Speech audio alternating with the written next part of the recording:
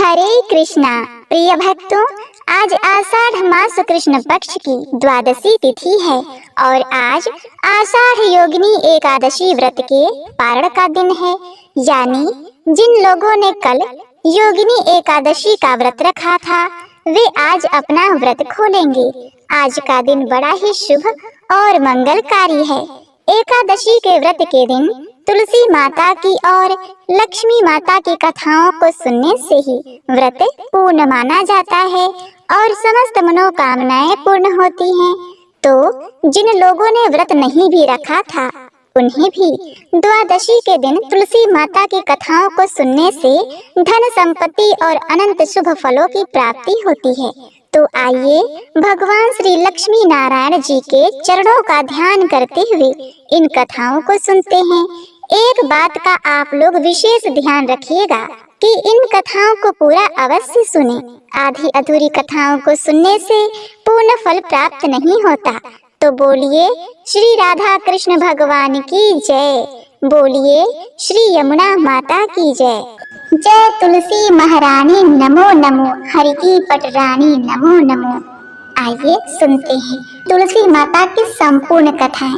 तुलसी माता को हरि प्रिया भी कहा जाता है। जितना भगवान श्री हरि विष्णु सोने, चांदी, हीरे, मोती और रत्नों से प्रसन्न नहीं होते, उतना सिर्फ तुलसी दल से प्रसन्न हो जाते हैं। सच्ची श्रद्धा भाव से तुलसा दल भगवान विष्णु को अर्पित करने से मनुष्य के सभी संकट कट जाते हैं और मनोकामनाएं पूर्ण हो जाती हैं। एक बार एक गांव में एक बुजुर्ग महिला रहा करती थी। वह बहुत ही पूजा पाठ किया करती थी। वह रोज तुलसी माँ की पूजा करती और वह बुजुर्ग महिला रोज तुलसी माता से कहती, तुलसी माँ तुम मुझे बहू दे, पीतांबर की धोती दे, मीठा मीठा गाश दे, बैकुंठ में वास दे, चटक की चाल दे, पटक की मौत दे, चंदन का काठ दे, रानी सा राज दे, दाल भात का भोजन दे, ग्यारस की मौत दे और कृष्ण जी का कंधा दे। वह बुजुर्ग मैया हर महीने में तुलसी माता की रोज पूजा करती और उनके विड़ले को रोज सींचती। तुलसी माता बुजुर्ग महिला की बात सुनकर धीरे धीरे सूखने लगी। प्रिय भक्तों, तभी भगवान श्री कृष्ण जी ने देखा कि तुलसी माता सूख रही हैं और तभी एक दिन भगवान श्री कृष्ण तुलसी माता जी के पास प्रकट हुए और भगवान श्री कृष्ण जी ने तुलसी माता से पूछा, हे तुलसा तुम क्यों सूख रही हो? सभी महिलाएं तुम्हारी पूजा करती हैं और तुमको रोज सींचती हैं, लेकिन फिर भी तुम सूखती जा रही हो, इसका क्या कारण है? जिसके बाद तुलसी माता ने भगवान श्री कृष्ण जी से कहा, हे प्रभु, एक बुजुर्ग महिला मेरे पास रोज आती है और रोज एक ही बात बोलती है, हे तुलसी माता सबकी दाता, मैं तेरा विड़ला सींचती हूँ, तुम मुझे बहू दे, पीतांबर की धोती दे, मीठा मीठा घास दे, बैकुंठ में वास दे, चटक की चाल दे, पटक की मौत दे, चंदन सा काठ दे, रानी सा राज दे, दाल भात का भोजन दे, ग्यारस की मौत दे और श्री कृष्ण जी का कंधा दे। मैं उस बुजुर्ग महिला की सारी मनोकामनाएं पूरी कर सकती हूँ, किंतु हे प्रभु, उसकी एक मनोकामना पूरी नहीं कर सकती। मैं श्री कृष्ण जी का कंधा कहाँ से दूंगी? भगवान श्री कृष्ण जी तुलसी माता की बात सुनकर जोर जोर से हंसने लगे और फिर भगवान श्री कृष्ण जी ने तुलसी माता से कहा, तुम चिंता मत करो, जब वह बुजुर्ग महिला की मृत्यु होगी तब मौके पर मैं वहां पहुंचकर कंधा दे दूंगा। आज सुबह जब वह पूजा करने आए तब कह देना कि सब कुछ तुम्हें मिल जाएगा। कुछ ही दिनों बाद वह वृद्ध महिला ठोकर खाकर रास्ते में गिरकर मर गई। पूरे गांव के सभी लोग आए। उस महिला को सभी लोग धर्मात्मा मानते थे। उनको तुलसी जी की डोकरी कहते थे। उनके परिवार में कोई भी नहीं था, इसलिए गांव वालों ने ही उनके अंतिम संस्कार की योजना बनाई और उसे नहला धुलाकर तिथि पर बैठाने के लिए उसे उठाने लगे। तो उसका मृत शरीर इतना भारी हो गया था कि उसे कोई उठा नहीं पाया। यह देखकर वहां के सभी लोग तरह तरह की बातें करने लगे और कहने लगे कि यह इतना पूजा पाठ करती थी, हर समय माला फेरती थी, इसलिए यह इतना भारी हो गई है। वही पूरे गांव में चर्चा होने लगी कि डोकरी माई कोई भक्ति नहीं थी, यह छल कपट करती थी। हम जिसे धर्मात्मा समझते थे वह पापी है, जो कि किसी से भी नहीं उठ पा रही है। यह इसके कर्मों की सजा है। इधर भगवान ने सोचा कि मेरे भक्तों की निंदा हो रही है, इसीलिए भगवान ने बूढ़े आदमी का भेष धारण करके वहां पर आए और वहां पर एकत्रित लोगों से पूछने लगे कि यहाँ पर इतनी भीड़ क्यों लगी है, जिससे लोग कहने लगे कि यह डोकरी माई मर गई है और पापिन इतनी थी कि जिससे यह उठ नहीं पा रही है। सब लोग उठा उठा कर थक गए। तब ब्राह्मण ने कहा, मुझे एक बार डोकरी के कानों में कहने दो, फिर देख लो कैसे उठती हैं। तो सभी लोग ने कहा, आप भी प्रयास करके देख लीजिए। तब भगवान ने उस वृद्ध महिला के कानों में कहा, हे बुढ़िया माई, देखो मैं आ गया। तू बिड़ला सीज मेरा, मैं करूँ निस्तार तेरा। हे बुढ़िया माई, बहू ले, पोती ले, पोता ले, लड्डू ले, पीताम्बर ले, धोती ले, गहना ले, घी का घड़ा ले, मीठा मीठा खीर ले, पूड़ी ले, दाल भात का भोजन ले, धन दौलत ले, बेटा ले, पोता ले, काम ले, तुलसी जी का पत्ता ले, मुंह में गंगा जी का जल 11 को ले, चंदन का काठ ले, कृष्ण जी का कंधा ले। इतना सुनते ही वह बुढ़िया माई हल्की हो गई। भगवान बोले, आओ और इनको उठाओ। भगवान ने हाथ लगाया और बुढ़िया माई जो डोकरी उठ गई। सबको बड़ा ही आश्चर्य हुआ। उसे खूब धूमधाम से ले जाया गया। भगवान उसे अपने कंधे पर ले गए। पूरे गांव में इसकी चर्चा होने लगी, जिससे उसको मुक्ति मिल गई और वह बैकुंठ में चली गई। सभी लोग देखते रह गए। सभी लोगों ने देखा कि शमशान घाट तक तो ब्राह्मण साथ ही आया था, लेकिन अब वह दिखाई नहीं दे रहा। इससे लोगों को समझ में आया कि वह कोई और नहीं, स्वयं भगवान बूढ़े ब्राह्मण के रूप में आए थे। तो बोलिए श्री राधा कृष्ण भगवान की जय, बोलिए श्री तुलसी शालिग्राम जी भगवान की जय। आइए अब तुलसी माता की दूसरी कथा को सुनते हैं। इस कथा को सुनने से एकादशी के व्रत का संपूर्ण फल मिल जाता है। एक कुटुंब में ननद तथा भाभी साथ साथ रहती थी। ननद का विवाह अभी नहीं हुआ था। वह तुलसी के पौधे की खूब सेवा करती थी, लेकिन उसकी भाभी को यह सब बिल्कुल भी पसंद नहीं था। जब कभी उसकी भाभी को अत्यधिक क्रोध आता, तब वह उसे ताना देते हुए कहती कि जब तुम्हारा विवाह होगा तो मैं तुलसी ही बारातियों को खाने को दूंगी, तुम्हारे दहेज में भी तुलसी दूंगी। कुछ समय बीत जाने पर ननद का विवाह पक्का हुआ। विवाह के दिन भाभी ने अपने कहे अनुसार बारातियों के सामने तुलसी का गमला फोड़ दिया और खाने के लिए कहा। तुलसी जी की कृपा से वह फूटा हुआ गमला अनेकों स्वादिष्ट पकवानों में बदल गया। भाभी ने गहनों के नाम पर तुलसी की मंजरी से बने हुए गहने उसे पहना दिए और वह सुंदर सोने जवाहरात में बदल गईं। भाभी ने वस्त्रों के स्थान पर तुलसी का जनेऊ रख दिया और वह रेशमी तथा सुंदर वस्त्रों में बदल गए। ननद की ससुराल में उसकी दहेज की बहुत प्रशंसा की गई। यह बात भाभी के कानों तक भी पहुंची तो उसे बड़ा आश्चर्य हुआ। उसे अब तुलसी माता की पूजा का महत्व समझ में आया। भाभी की एक लड़की थी। वह अपनी लड़की से कहने लगी कि तुम भी तुलसी की सेवा करा करो, तुम्हें भी बुआ की तरह फल मिलेगा। प्रिय भक्तों, वह जबरदस्ती अपनी बेटी से सेवा करने को कहती, लेकिन लड़की का मन तुलसी सेवा में नहीं लगता था। लड़की के बड़े होने पर उसके विवाह का समय आया। तब भाभी सोचती है कि जैसा व्यवहार मैंने अपनी ननद के साथ किया था, वैसा ही मैं अपनी लड़की के साथ भी करती हूँ तो यह भी गहनों से लद जाएगी और बारातियों को खाने में पकवान मिलेंगे। ससुराल में इसे भी बहुत इज्जत मिलेगी। यह सोचकर वह बारातियों के सामने तुलसी का गमला फोड़ देती है, लेकिन इस बार गमले की मिट्टी मिट्टी ही रही, मंजरी तथा पत्ते भी अपने रूप में ही रहे, जनेऊ भी अपना रूप नहीं बदला। सभी लोग तथा बारातियों द्वारा भाभी की बुराई की जाती है। लड़की के ससुराल वाले भी लड़की की बुराई करते हैं। भाभी कभी भी ननद को अपने घर नहीं बुलाती थी, तो एक दिन भाई ने सोचा मैं बहन से मिलकर आता हूँ। उसने अपने पत्नी से कहा कि कुछ उपहार बहन के पास ले जाने की बात कही। भाभी ने थैले में ज्वार भरकर कहा कि जो कुछ भी है तुम यही ले जाओ। यह दुखी मन से बहन के पास चल दिया।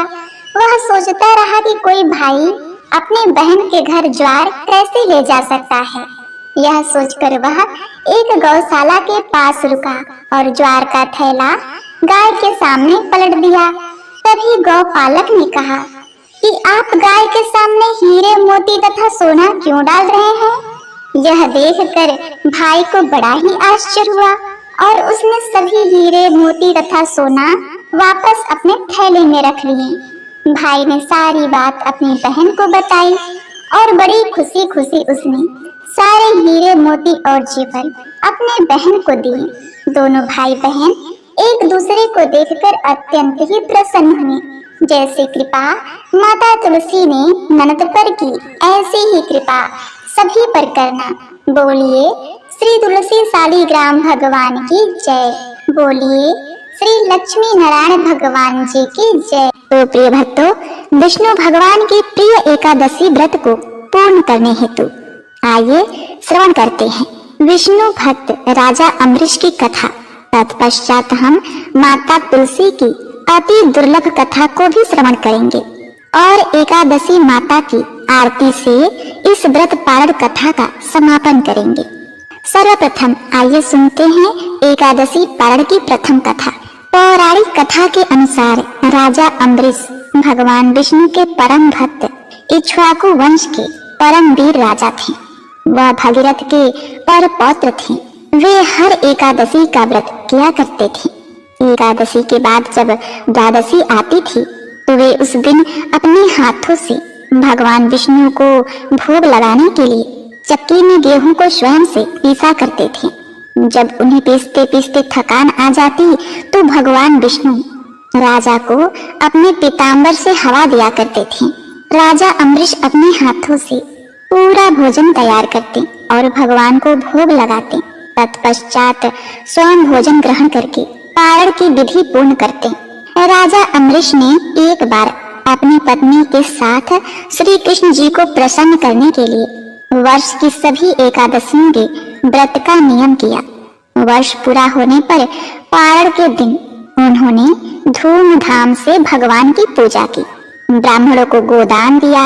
यह सब करके जब वे पारण करने जा रहे थे तभी महर्षि दुर्वासा शिष्यों सहित पधारे। राजा ने उनका सत्कार किया और उनसे भोजन करने की प्रार्थना की।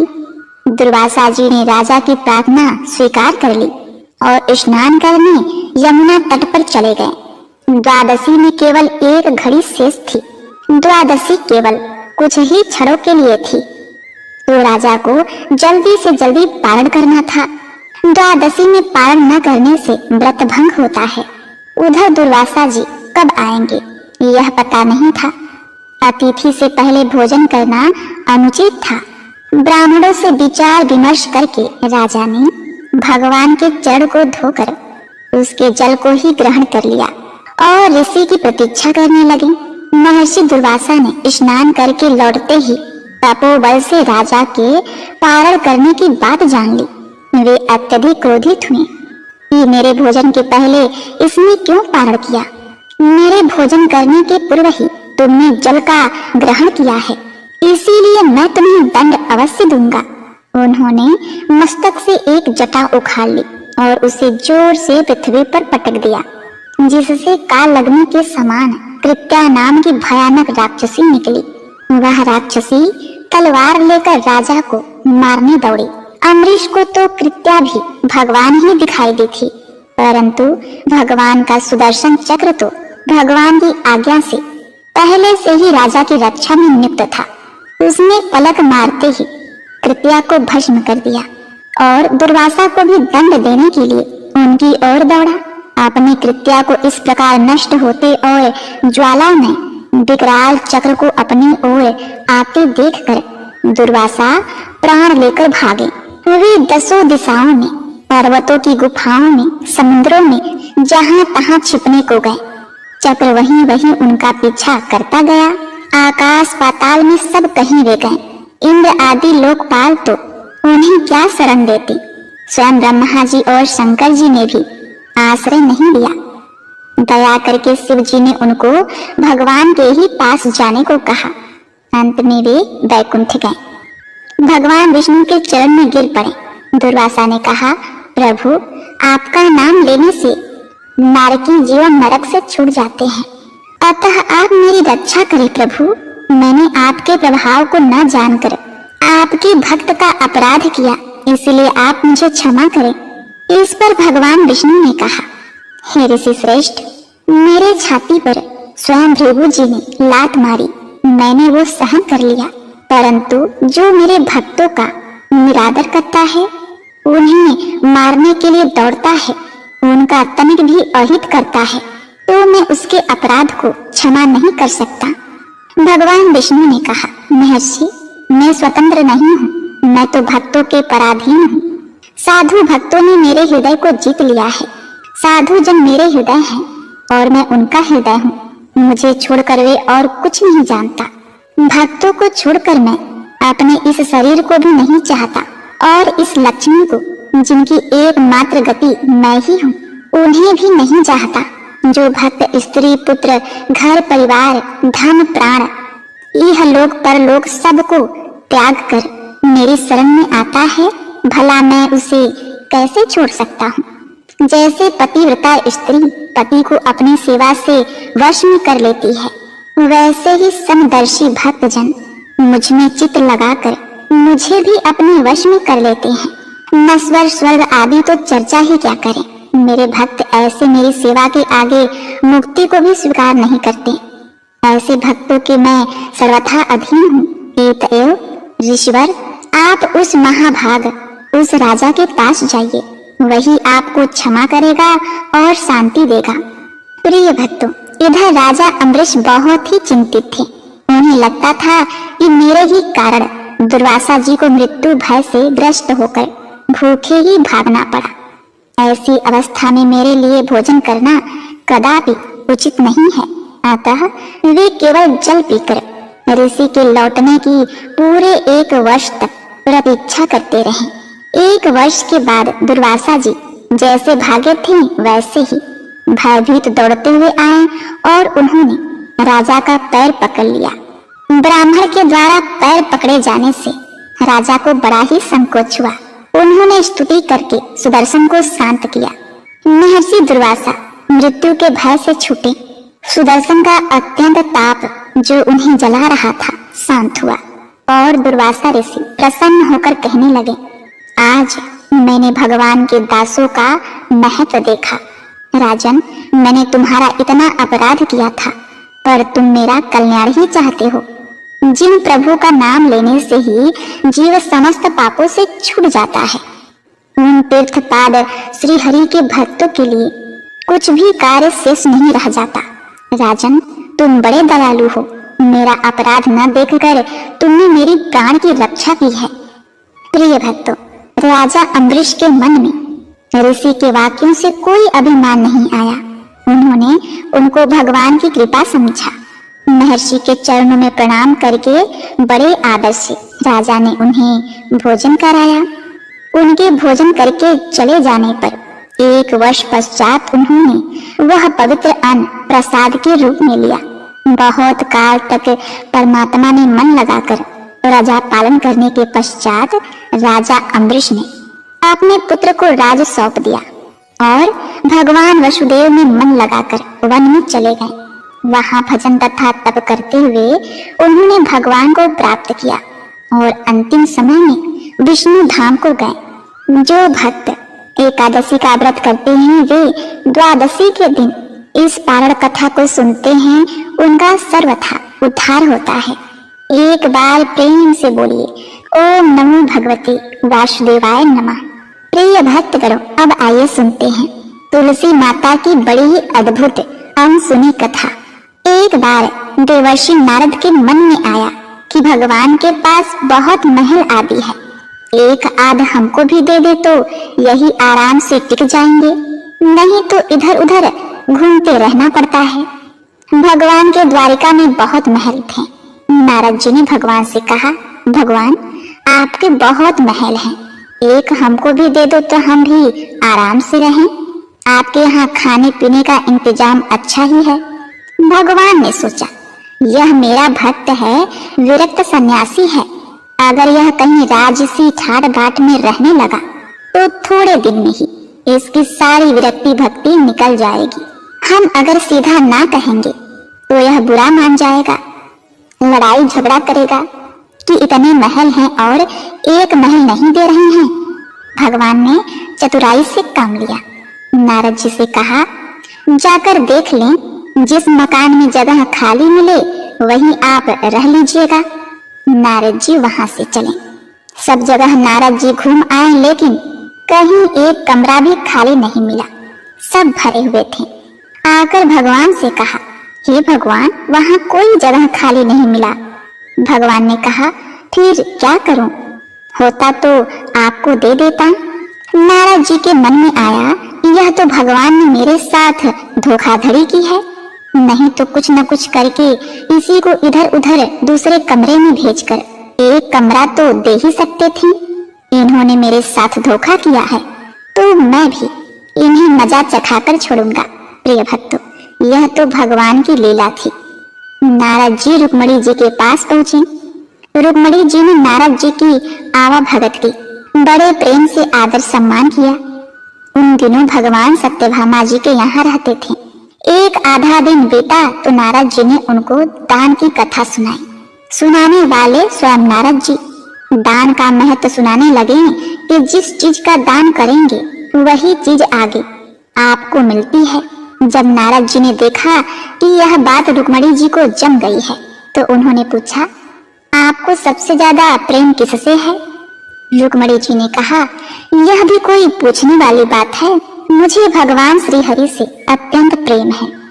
कहने लगे, फिर आपकी यह इच्छा होगी कि अगले जन्म में वे आपको ही मिले? रुक्मणी जी बोली, इच्छा तो यही है। नारद जी ने कहा, इच्छा है तो फिर दान कर दो, नहीं तो नहीं मिलेंगे। आपकी सौत भी बहुत है और उसमें से किसी ने पहले दान कर दिया तो उन्हें मिल जाएंगे। इसीलिए दूसरे के करने से पहले आप भगवान को हमें दान कर दें। रुक्मणी जी को बात जच गई। उन्होंने सोचा कि जब जन्म जन्म में भगवान मिलेंगे तो दान तो कर देना चाहिए।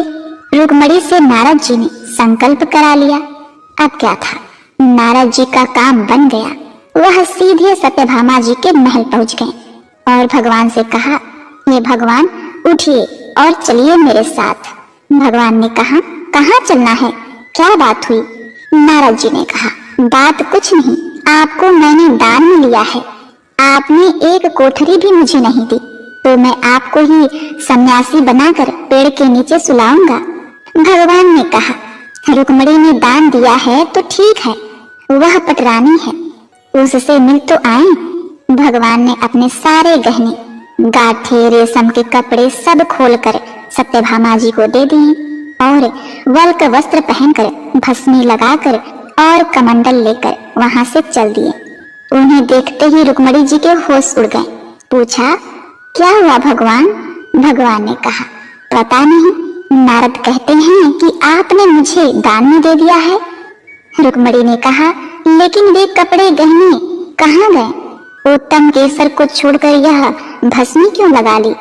भगवान ने कहा, जब दान दे दिया तो मैं उनका हो गया, इसीलिए अब वे मुझे सन्यासी बनाएंगे। रुक्मणी जी ने कहा, मैंने इसलिए थोड़े ही दिया था कि ये ले जाएं। भगवान ने कहा, तब किस लिए दिया था आपने हमें दान में? दान तो इसीलिए दिया जाता है ना कि उसको अपने साथ ले जाए। अब रुक्मणी जी को होश आया कि यह तो गड़बड़ मामला हो गया। रुक्मणी जी ने कहा, नारद जी, यह आपने मेरे से पहले नहीं कहा था। अगले जन्म में मिलेंगे तो मिलेंगे, अब तो हाथ से ही खो रहे हैं। नारद जी ने कहा, अब जो हो गया सो हो गया, अब मैं इन्हें ले जाऊंगा। रुक्मणी जी बहुत ही रोने लगी। तब तक हल्ला गुला मचा और सब रानियां वहां इकट्ठी हो गईं। सत्यभामा, जामवंती सब समझदार थीं। उन्होंने कहा, भगवान, एक रुक्मणी के पति थोड़े ही हैं, इसीलिए रुक्मणी को सर्वथा दान का अधिकार नहीं हो सकता। हम लोगों का भी अधिकार है। नारद जी ने सोचा, यह तो घपला हो गया। कहने लगे, क्या भगवान के टुकड़े करोगे? नारद जी ने विचार किया कि अपने को तो महल ही चाहिए था और यही यह दे नहीं रहे थे। अब मौका ठीक है, समझौते पर बात आ रही है। नारद जी ने कहा, भगवान का जितना वजन है उतने का तुला दान करने से दान मान लिया जाता है। तुला दान से देह का दान माना जाता है, इसीलिए भगवान के वजन का सोना हीरा पन्ना दे दो। इस पर सब रानियां राजी हो गईं। बाकी तो सब राजी हो गए, लेकिन भगवान ने सोचा कि यह फिर मुंह में पड़ रहा है। भगवान तराजू के एक पलड़े के अंदर बैठ गए। दूसरे पलड़े में सारे गहने हीरे पन्ने रखे जाने लगे। लेकिन जो अपने मुख में पूरे ब्रह्मांड को लेकर बैठे हैं, क्या द्वारिका के पूरे धन से उनका बराबरी किया जा सकता है? सारा का सारा धन दूसरे पलड़े पर रख दिया, लेकिन जिस पलड़े पर भगवान बैठे थे वह वैसे का वैसा ही नीचे लगा रहा, ऊपर नहीं हुआ। नारद जी ने कहा, देख लो, तुला तो बराबर हो ही नहीं रहा है, अब मैं भगवान को ले जाऊंगा। सब कहने लगे, अरे कोई उपाय बताइए नारद जी। नारद जी ने कहा, और कोई उपाय नहीं है। अन्य सब लोगों ने अपने हीरे पन्ने लाकर लाद दिए, लेकिन उससे क्या होना था? वे तो त्रिलोकी का भार लेकर बैठे थे। उधर औरतें सब चीख चिल्ला रही थी। नारद जी प्रसन्नता के मारे इधर उधर टहल रहे थे कि आज मेरे भगवान मेरे साथ चलेंगे। भगवान ने धीरे से रुक्मणी को बुलाया। रुक्मणी ने कहा, भगवान, कुछ उपाय निकालिए। आप इतना भार लेकर बैठ गए, हम लोगों का क्या हाल होगा? भगवान ने कहा, ये सब हीरे पन्ने निकाल दो, सारे सोने सारे गहने उतार दो। यह सब निकाल कर तुलसी का एक पत्ता और सोने का एक छोटा सा टुकड़ा रख दो, तो तुम लोगों का काम हो जाएगा। रुक्मणी जी के कहने पर सारा सामान हटाया गया। सारा सामान हटा दिया गया और एक छोटे से सोने के पत्ते पर तुलसी का पत्ता रखा गया, तो भगवान के वजन के बराबर हो गया। सबने नारद जी से कहा, आप ले जाइए तुला दान। नारद जी ने खूब हिला डुला कर देखा, कहीं कोई ठड्डी तो नहीं मार रहा। नारद जी ने कहा, हे भगवान, मेरे साथ फिर धोखा हो गया। यह पत्ता लेकर मैं क्या करूंगा? यह आप अच्छा नहीं कर रहे हैं, केवल घर वालियों की बात सुनते हैं, मेरी तरफ तो देखो।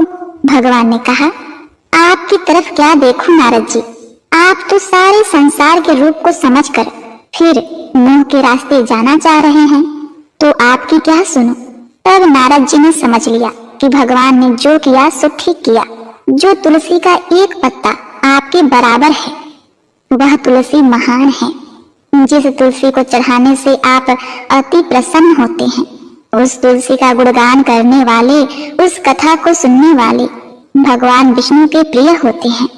वे निश्चित ही देवतुल्य होते हैं। हे भगवान, आपको कोटि कोटि प्रणाम। मैंने आज तुलसी के एक पत्ते के महत्व को भी समझा। मेरे भूल को आप क्षमा करिए। भगवान बड़े प्रसन्न होकर तराजू से उठे और नारद जी को छाती से लगाया। प्रिय भक्तगणों, अब आप श्री तुलसी माता की आरती का श्रवण करें।